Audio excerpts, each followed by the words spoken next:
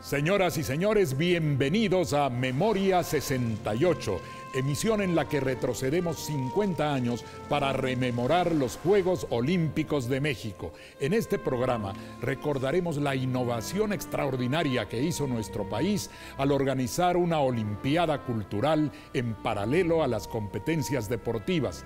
Nos referiremos al Palacio de los Deportes, los Juegos de Básquetbol que en él se efectuaron y a María Teresa Ramírez, que fue la medallista más joven de la delegación mexicana. Nos remontaremos a las primeras figuras, exponentes, sonidos del rock mexicano y habremos de revisar la contracultura, fenómeno que ocurrió a lo largo de todo el planeta en la década de los 60. Así comienza Memoria 68.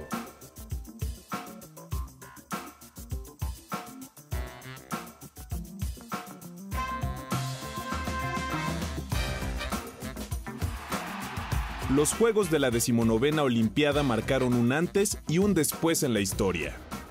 Estos serían los primeros en realizar un año de Olimpiada Cultural, además de las 2 semanas de Juegos Atléticos, enfatizando así tanto el cultivo del cuerpo como del alma. Comenzó a surgir mucha confianza porque pues se vio que los Juegos no se limitaban al aspecto deportivo, sino todo un programa cultural, único, sin precedentes y hasta la fecha que no ha sido superado.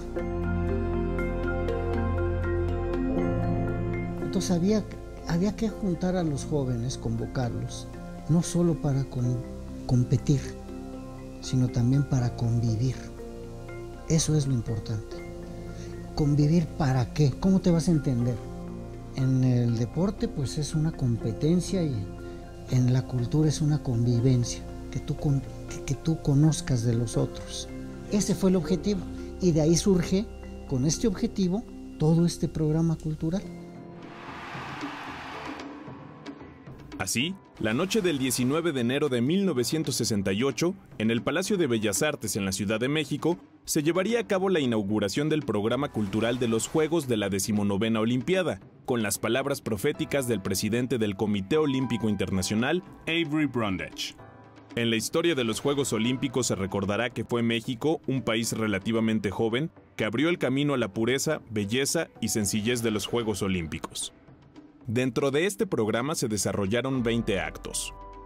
La recepción de la Juventud de México a la Juventud del Mundo, un evento donde 18.935 jóvenes ofrecieron una calurosa y emotiva bienvenida a la Juventud del Mundo con una serie de tablas gimnásticas en el centro político y religioso del mundo azteca, la Plaza Mayor de la Ciudad de México. En la zona arqueológica de Teotihuacán se llevó a cabo la recepción del Fuego Olímpico, ceremonia que recordaría la renovación del Fuego Nuevo, celebrada cada 52 años por los antiguos mexicanos, quienes pensaban que en ese lapso se acabaría la humanidad.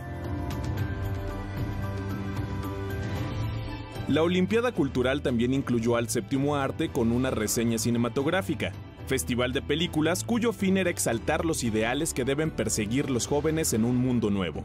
Una exposición de obras selectas de arte mundial, exhibida en el Museo de Antropología e Historia y el Museo de Arte Moderno. 489 obras contemporáneas de 68 países. Se llevó a cabo también la reunión internacional de escultores llamada la Ruta de la Amistad, la cual comprende un tramo de 17 kilómetros del periférico sur, en donde se encuentran 19 esculturas creadas por artistas de Australia, Bélgica, Francia, Israel, Polonia, Suiza, entre otros. La Olimpiada Cultural recibió a grandes personajes como Maurice Chevalier, cantante y actor francés, John Cage, músico, compositor y teórico musical, Alexander Calder, escultor estadounidense, Martha Graham, bailarina y coreógrafa de danza moderna, y Arthur Miller, dramaturgo y guionista, entre muchos otros. Reuniendo a lo mejor del arte mundial y gracias a una gran organización, es que aún hoy se reconoce a esta primera Olimpiada Cultural de los Juegos Olímpicos modernos como el programa cultural más vasto en la historia olímpica. Dentro de las muchas obras que llegaron a México con motivo de la Olimpiada Cultural, se dio un caso muy especial con un cuadro pintado por Salvador Dalí denominado El Atleta Cósmico. El propio Dalí, en un evento, lo entregó al Comité Olímpico de España, que a su vez lo remitió especialmente dedicado a México mediante un telegrama que lo decía con toda claridad: era un cuadro para nuestro país. Se expuso en la Olimpiada Cultural y después, por qué motivos, quién sabe, regresó a España, sirvió para promover los Juegos Olímpicos de Barcelona y ahora se encuentra en el despacho del rey de España.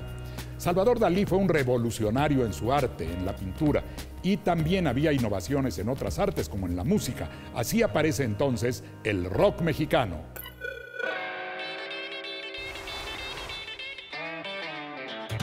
La explosión del rock and roll en 1954, iniciada por Bill Haley y continuada por Elvis Presley, había llegado también a nuestro país. Así, en 1968, con el lanzamiento de discos clásicos de rock como Heavy, de Iron Butterfly, Bookends, de Simon & Garfunkel, y el álbum blanco de The Beatles, esta corriente musical permeó en la juventud mexicana. Aunque muchos jóvenes escuchaban a César Costa, Enrique Guzmán y Angélica María, fue en estos años que se comenzó a cuestionar por primera vez la música comercial. En América Latina ya se hacía presente la canción de protesta con músicos como Víctor Jara, Mercedes Sosa y Violeta Parra, cuya influencia se reflejó en las canciones de protesta del grupo mexicano Los Nacos, quienes cantaban sobre represión, poder y juventud rebelde. José Agustín, protagonista, testigo y escritor de los movimientos contraculturales de México, fue uno de los personajes que no tardó en notar la importancia de esta nueva corriente musical, dándola a conocer a través de sus textos. Ya desde 1966, en el periódico El Día, en la plana cultural, José Agustín se dedicó a escribir una nota semanal de rock, y fue en 1967 que René Avilés Favila le encargaría escribir un pequeño libro para los cuadernos de la juventud del INJUVE, que él dirigía en aquel momento. Así, utilizando el material de una conferencia que había hecho para la Facultad de Ciencias Políticas de la UNAM, publicaría la primera versión de su ensayo, La Nueva Música Clásica. Empecé a llevar con mucho cuidado listas de los discos y de las cosas que salían. Me volví como un poco más intelectual del rock. Dentro de esta escena musical se encontraba el grupo Los Duk Duks, quienes a pesar de ser originarios de Durango, terminarían mudándose a Tijuana, donde tuvieron mayor cercanía con el rock extranjero. Dentro de este ambiente musical, uno de los precursores de los cafés cantantes y músico destacado de la escena tijuanense fue Javier Batis, guitarrista que gestó el primer movimiento de rock auténtico en nuestro país. En 1957, influenciado por los ritmos del soul y la música de B.B. King, Chuck Berry y James Brown, Batis fundó el grupo llamado Los TJs. Para 1968, Javier Batis se había convertido en una de las figuras más famosas del rock mexicano, mismo que inspiró el nacimiento de varios grupos y bandas contestatarias en México, como Three Souls in My Mind. Llegué aquí, empecé a tocar a los 12 años en un cabaret de Tijuana que era La Prohibición, la Avenida Revolución. Para los que vivimos en Tijuana, nunca vayan allí porque era tabú, ¿no? Nada, era muy suave. He viajado en el tren del tiempo. Yo fui el primero en hacer canciones pesadas, o sea, y con letras suaves, en español.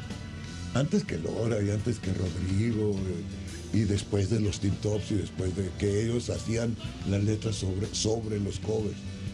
Yo escribía las canciones mías.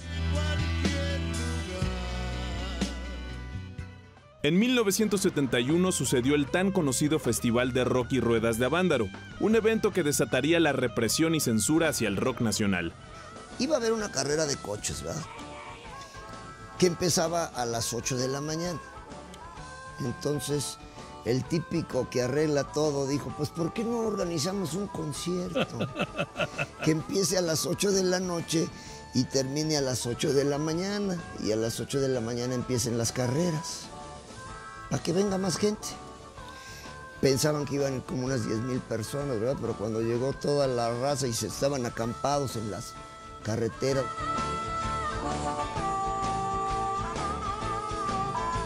Fue cuando realmente el rock and roll en México dejó de ser como que una moda y se convirtió pues en la bandera de la raza, ¿no? Y el portavoz del sentir de la raza y de la gente, ¿no? Esta banda, conformada por Carlos Hauptfogel y Alex Lora, se presentaba en los Hoyos Funkis de la Ciudad de México. En 1985, por diferencias entre los integrantes, el grupo se separó, y tras varias disputas legales, Carlos Hauptfogel obtuvo los derechos por el nombre de Three Souls in My Mind, y Alex Lora se quedó con los derechos por las canciones compuestas. Así, Alex Lora crea el Tri, una de las bandas más emblemáticas de México por la capacidad de Lora para componer crónicas urbanas de la capital en sus canciones.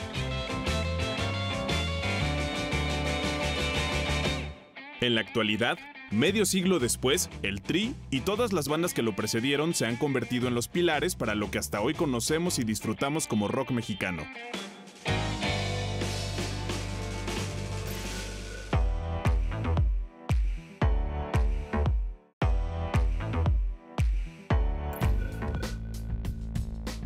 Situado al oriente de la ciudad, dentro del complejo de la Ciudad Deportiva Magdalena Mixhuca, se encuentra el Palacio de los Deportes Juan Escutia, que en sintonía con la Alberca Olímpica Francisco Márquez o el Velódromo Agustín Melgar, su nombre hace referencia a uno de los niños héroes. Para estos Juegos Olímpicos, se pensó que el diseño, el arte y la arquitectura debían ser parte importante de sus instalaciones, por lo que el Palacio de los Deportes no fue la excepción. Esta construcción fue ideada por Félix Candela, un arquitecto e ingeniero hispano-mexicano nacido en Madrid y nacionalizado posteriormente estadounidense.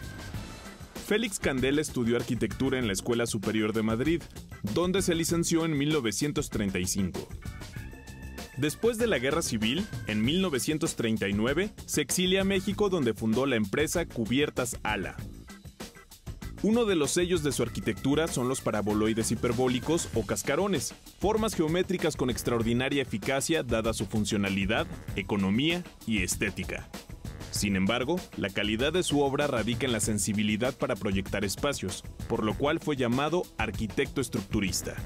Entre sus obras más emblemáticas destacan el Laboratorio de Rayos Cósmicos de Ciudad Universitaria, la Iglesia de la Milagrosa en la Colonia Narvarte, el restaurante Los Manantiales en Xochimilco y, por supuesto, el Palacio de los Deportes. La construcción de este último recinto se hizo en 714 días, iniciando en 1966 con el fin de que fuera la sede de los partidos de básquetbol durante los Juegos Olímpicos. Su construcción se aplazó tanto que terminaría hasta septiembre de 1968, solo unos días antes de la inauguración de esta máxima justa deportiva.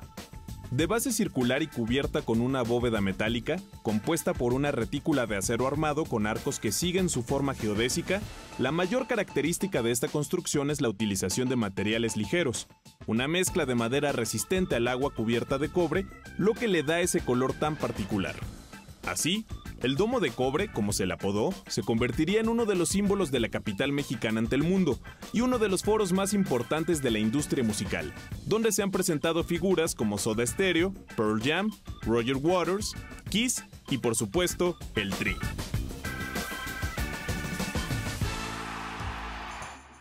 Parte del programa era un sistema constructivo que permitiera estar a tiempo. Y de eso tengo una anécdota personal. Yo le pregunté al maestro Félix Candela, autor del proyecto, y delante de Pedro Ramírez Vázquez: maestro, ¿cómo fue que usted concibió el Palacio de los Deportes? Y estando mi papá le dijo: ¿te acuerdas, Pedro, que nos dieron un programa de necesidades así de grueso? Y yo te dije: no da tiempo ni de leerlo. Y tú me dijiste: déjate de problemas, aquí es un gran claro que se construye en poco tiempo y que puedas construir al mismo tiempo el techo y lo de abajo, y todo lo demás ahí cabe. Entonces, ¿con qué visión este par de arquitectos concibieron la necesidad de un sistema constructivo para que se hiciera al mismo tiempo el techo y la parte de abajo? Normal, haces una obra y haces primero lo de abajo y luego la techas. Aquí fue al mismo tiempo. El Palacio de los Deportes fue inaugurado el 8 de octubre de 1968. Se dieron dos funciones donde se presentaron el Ballet del siglo XX de Maurice Béjart y la Sinfónica Nacional. Estos eventos fueron la invitación para que el público conociera el lugar donde 16 países competirían en básquetbol durante los Juegos Olímpicos de México 1968. Así, del 13 al 23 de octubre del mismo año, se llevó a cabo el torneo que vio nacer al Domo de Cobre. En todos los juegos anteriores, Estados Unidos había logrado ser campeón, y por primera vez, otro país tenía la posibilidad de ganar la medalla de oro. Tanto Yugoslavia como la Unión Soviética tenían altura, experiencia y fuerza de su lado, por lo que para los expertos eran los favoritos para darle competencia al país norteamericano. En el grupo A, Estados Unidos ganó con facilidad dejando en segundo lugar a Yugoslavia. En el grupo B, la Unión Soviética había logrado estar en primer lugar, dándole el segundo a Brasil. Fue así que en las semifinales, el 22 de octubre, jugando frente a 25,000 espectadores, se decidiría cuál de los dos países, Yugoslavia o la Unión Soviética, terminaría enfrentándose a Estados Unidos, quien resultó ganador ante Brasil. Fue un momento muy especial y de extremos nervios para ambos equipos. Sin embargo, el yugoslavo Vladimir Cvetković sería quien con 2 tiros libres daría el triunfo a su país en aquel partido, dejando a los soviéticos en tercer lugar. De esta manera, en la final se enfrentaron Estados Unidos y Yugoslavia, pero sería el equipo americano el que ganara por 7ª vez consecutiva la medalla de oro sin ningún partido perdido. Más allá de la final, para México este también fue un torneo importante y aunque no calificó, los resultados fueron aceptables para el equipo. Lester Lane, campeón olímpico de 1960 en Roma, había sido el entrenador de la selección mexicana. Así, la selección mexicana de básquetbol quedó en quinto lugar, ganando 5 de los 7 partidos que disputó. Hasta hoy, Lane es recordado como uno de los mejores entrenadores que ha tenido México, y aquella final entre Estados Unidos y Yugoslavia se convirtió en uno de los juegos de básquetbol más dramáticos y disfrutados en la historia de los Juegos Olímpicos. El Palacio de los Deportes fue un formidable escenario para los Juegos de básquetbol. Ahí tuve la oportunidad de iniciarme como cronista deportivo. La Secretaría de Educación Pública había convocado a un curso para formar cronistas que pudieran cubrir todas las disciplinas en los diferentes escenarios. Se entregaría señal de radio a las distintas estaciones para que la que lo deseara pudiera conectarse y transmitir en vivo lo que estaba ocurriendo. Todavía guardo de aquel tiempo una de las hojas de anotación del básquetbol. Aquí están Manuel Raga del equipo mexicano que jugaba entonces en Italia, Ricardo Pontbian, Arturo Guerrero, grandes figuras que consiguieron el 5º lugar para México en el básquetbol. Así vivimos aquel tiempo y tuve la ocasión de iniciarme en la actividad de la crónica deportiva. Pero además, junto a los deportes, estaban las manifestaciones culturales de la Olimpiada Cultural, que eran las tradicionales, pero también en el mundo estaba surgiendo todo un movimiento denominado la contracultura.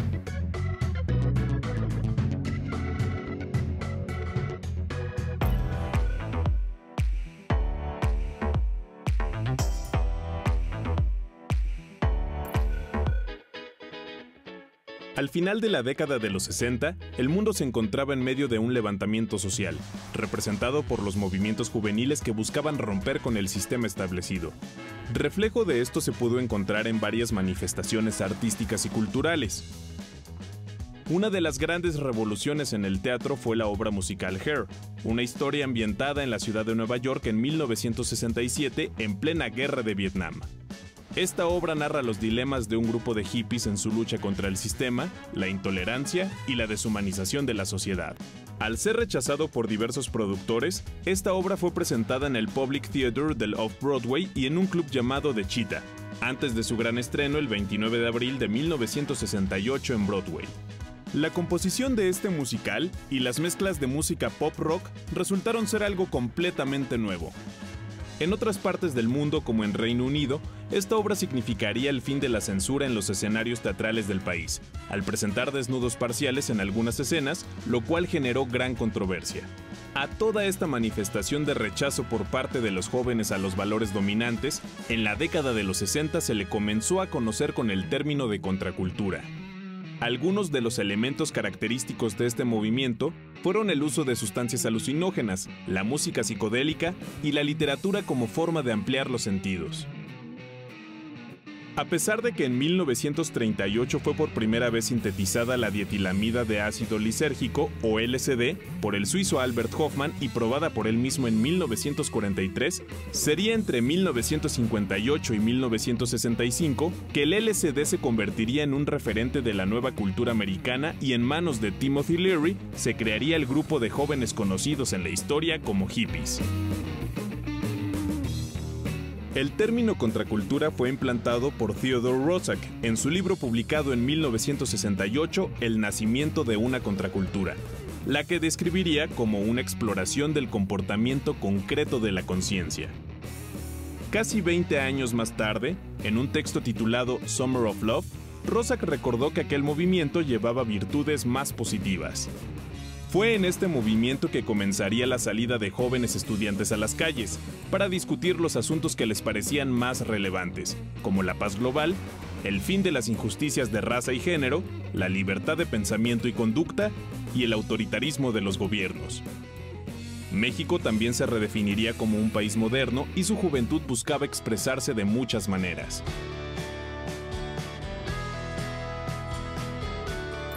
En diciembre de 1968, se estrenaría en el Cine Variedades de la Ciudad de México una película que significó un hito en la carrera de Angélica María, 5 de chocolate y 1 de fresa.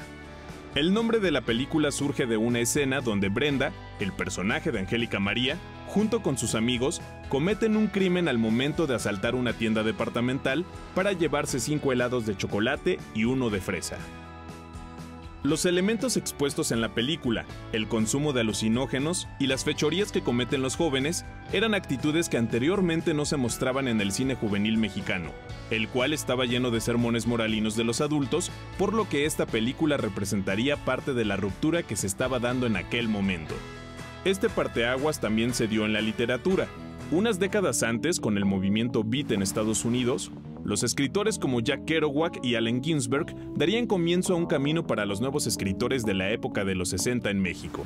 Influenciados por la misma generación de rock and roll, drogas y la revolución sexual, surge el movimiento literario de la onda, liderado por jóvenes como José Agustín, Gustavo Sáenz y Parménides Saldaña.